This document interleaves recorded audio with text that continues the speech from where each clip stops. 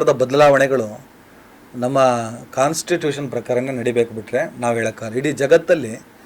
ಇಡೀ ಜಗತ್ತಿನ ಎರಡನೇ ಅತ್ಯಂತ ದೊಡ್ಡ ಧರ್ಮ, ಮೊದಲ ಧರ್ಮ ಕ್ರೈಸ್ತ ಧರ್ಮ. ಇಡೀ ದೇಶದ ಎರಡನೇ ಅತ್ಯಂತ ದೊಡ್ಡ ಧರ್ಮ ಮುಸ್ಲಿಂ ಧರ್ಮ. ಇಡೀ ರಾಜ್ಯದ ಎರಡನೇ ಅತ್ಯಂತ ದೊಡ್ಡ ಧರ್ಮ, ಅತ್ಯಂತ ದೊಡ್ಡ ಸಂಖ್ಯೆ.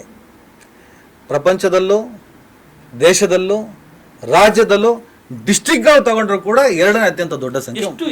ಎಷ್ಟು ಕ್ಷೇತ್ರಗಳು ಡಿಸೈಡಿಂಗ್ ಇದೆ ಸರ್ ಮುಸ್ಲಿಂ ಒಂದಂತ ನಿಮಗಿರೋ ಮಾಹಿತಿ ಪ್ರಕಾರ? ನನಗೆ ನೋಡಿ, ಈಗ ಹೌದು ನಾವೀಗ ನೆಕ್ಸ್ಟ್ ಎಲೆಕ್ಷನ್ ಅಷ್ಟೊತ್ತಿಗೆ ಒಂದು 8-10 ಕ್ಷೇತ್ರ ಮುಸ್ಲಿಂ ಡಾಮಿನೇಟ್ ಇರುವಂಥ ಕ್ಷೇತ್ರದಲ್ಲಿ ಅವ್ರಿಗೆ ಟಿಕೆಟ್ ಕೊಡಿ ನೀವು ಅಂತ ಶುರು ಮಾಡ್ಬೇಕಂತ ಇದ್ದೀವಿ.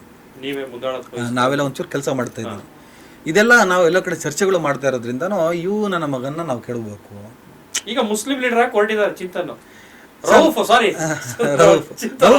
ರೌಫ್ ಚಿಂತನ್.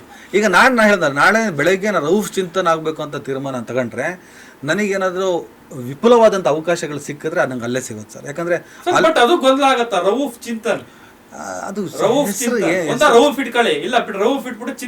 ಏನಾಗಲ್ಲ ಸರ್. ಅದು ಇಟ್ಕೋಬಹುದು. ಈಗ ನಾನು ರೌಫ್ ಚಿಂತನ್ ನಾವು ಮುಸ್ಲಿಂ ಅಂತ ಹೋಗ್ಬೋದು, ಅಲ್ಲಿಗೆ ಫಿಕ್ಸ್ ಆಗ್ತಾ ಹೋಗುತ್ತೆ ಒಂದು ತಲೆಯಲ್ಲಿ. ಒಂದು ಟ್ರೆಂಡ್ ಸ್ಟಾರ್ಟ್ ಆಗಿಬಿಡ್ಲಿ ಬಿಡಿ ಸರ್. ಅದು ಈಗ ರಾಚಿಂತನ್ ಅಂತ ನಾನೀಗ ಯೋಚನೆ ಮಾಡ್ತಾ ಇದ್ದೀನಿ, ನಾನು ರಾಚಿಂತನಾಗಿನೇ ಮುಂದುವರಿಬೇಕು ಅಂತ. ಈ ಸಂದರ್ಭದಲ್ಲಿ ನಾನು ನಾಳೆ ಬೆಳಗ್ಗೆಯಿಂದ ನಾನು ರೌಫ್ ಚಿಂತನ್ ಆಗಿ ನಮಾಜ್ ಮಾಡಿಕೊಂಡು ಪ್ರಾಕ್ಟೀಸ್ ಮಾಡಿ, ನನಗೆ ನನ್ನ ಬಿಲೀವ್ ಬೇರೆ. ನಮ್ಗೆ ಆಗಲೇ ಹೇಳ್ತೀನಿ, ಇಲ್ಲ ನನಗೆ ನಾಳೆನೇ ಜ್ಞಾನೋದಯ ಆಯಿತು, ನನಗೆ ನಾಳೆ ನಮ್ಮದು ಆಫೀಸ್ ಮೇಲೆ ಏನೇನೋ ಬೇರೆ ಅಡ್ಡ ಮಾಡ್ಕೊಂಡಿದ್ದೀವಿ, ಅಲ್ಲೇನಾದರೂ ರಾತ್ರಿ ಹೊತ್ತು ಜ್ಞಾನೋದಯ ಏನಾದರೂ ಆಯಿತು ಅಂದರೆ ನಾನು ನನ್ನ ತೀರ್ಮಾನವನ್ನು ನಾಳಿದ್ದು ಬೆಳಗ್ಗೆ ತೊಗೊಂಡ್ಬಿಡ್ತೀನಿ. ನಾನು ಇಲ್ಲಿವರೆಗೆ ಮಾಡಿದ ತಪ್ಪಾಗಿದೆ, ನಾನು ಪಶ್ಚಾತ್ತಾಪ ಪಡ್ತೀನಿ, ಇನ್ನು ಮುಂದೆ ಇದು ಯಾವುದೂ ಬೇಡ, ನಾನಾಗಿಯೇ ನನ್ನ ಹುಟ್ಟೇನಿದೆ ಹಾಗೆ ಬದುಕ್ತೀನಿ. ನನ್ನಲ್ಲೊಂದು ಪ್ರತಿಭೆ ಇದೆ, ನನ್ನೊಂದಲ್ಲೊಂದಿಷ್ಟು ನೆರೆಟಿವ್ ಇದೆ, ನನ್ನ ಹತ್ರ ಒಂದಿಷ್ಟು ಸ್ಟ್ರಾಟಜಿ ಇದೆ, ನನ್ನಲ್ಲೂ ಕೂಡ ಟಾಲೆಂಟ್ ಇದೆ. ಈ ಟಾಲೆಂಟಿನ ನನ್ನ ಕಮ್ಯುನಿಟಿಗೋಸ್ಕರ, ನನ್ನ ಸಮುದಾಯಕ್ಕೋಸ್ಕರ, ಅಥವಾ ಅಹಿಂದ ಅನ್ನೋ ಕಾನ್ಸೆಪ್ಟ್ ಬಗ್ಗೆ ಅತ್ಯಂತ ಆಸಕ್ತಿ ಇರೋದು ನಾನು. ಬರೀ ಮುಸ್ಲಿಂ ಅಂತಲ್ಲ, ಅಹಿಂದ, ರೌಫ್ ಚಿಂತನಾಗಿ ಅಹಿಂದವಾಗಿ ಬೆಳೆಯಕ್ಕೆ ನಂಗೆ ಇಷ್ಟ ಇದೆ. ನನ್ನ ಈಗಿನ ಆಸೆ, ನನ್ನ ಯೋಚನೆ. ರಾಚಿಂತನಾಗಿಯೂ ಅಷ್ಟೇ, ರಾಚಿಂತನಾಗಿಯೇ ನಾನು ಅಹಿಂದ ಅನ್ನೋ ಕಾನ್ಸೆಪ್ಟ್ ಮೇಲೆ ಬಹಳ ಆಸಕ್ತಿ ಇದೆ. ರೌಫ್ ಚಿಂತನಾಗಿಯೂ ಅಹಿಂದವಾಗಿ ನಾನು ಹೋಗ್ಬೇಕಂತ ಆಸೆ ಇದೆ. ಅಹಿಂದ ಅನ್ನೋ ಕಾನ್ಸೆಪ್ಟನ್ನು ನಾವು ಸಕ್ಸಸ್ ಮಾಡಬೇಕಂದ್ರೆ ನನ್ನ ಗ್ರಿಪ್ ನನಗೆ ಅಲ್ಪಸಂಖ್ಯಾತ ವಲಯದಲ್ಲಿದ್ದರೆ ಆ ವಲಯದಲ್ಲಿ ನಾನು ಕೆಲಸ ಮಾಡೋಕ್ಕೆ ಸ್ಟಾರ್ಟ್ ಮಾಡ್ತೀನಿ.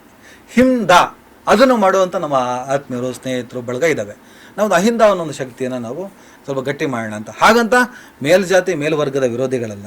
ಬಸವಣ್ಣ ನನಗೆ ಇಷ್ಟ ಅಂದ ಮೇಲೆ ನನ್ನ ಲಿಂಗಾಯತರನ್ನು ದೂರ ಇಡೋಕ್ಕಾಗತ್ತಾ? ಅವರು ಈ ಲಿಂಗಾಯತರ ತಮ್ಮನ್ನು ತಾವು ಹಿಂದೂಗಳಂತ ಹೇಳ್ಕೊಳ್ಳೋದ್ರಂಥ ಸ್ಥಿತಿಯಲ್ಲಿ ನೀವು ಚಿಂತನ್ನ ನೀನು ಹಿಂದೂ ನಾನು ಹೇಳೋದ ಹಿಂದೂವನ್ನು, ಅಂಬೇಡ್ಕರ್ ಹೊರಟು ಹೋದ ಅಂಥ ವಿಚಾರವನ್ನು ನನ್ನ ಮೇಲೆ ನೀವುಗಳು ಹೇಳಿದ್ರೆ ನಾನು ಒಪ್ಕೊಳ್ಳೋಕ್ಕೂ ನಾನು ರೆಡಿ ಇಲ್ಲ. ನಾನು ಹೇಳ್ತಾ ಇಲ್ಲ, ನೀನು ಮುಸಲ್ಮಾನನ ಅಂತ ನನಗೆ ಕೇಳೋ ಪ್ರಶ್ನೆಗೆ ನನ್ನ ಉತ್ತರ ನಾನು ಹಿಂದೂ ಅಂತ.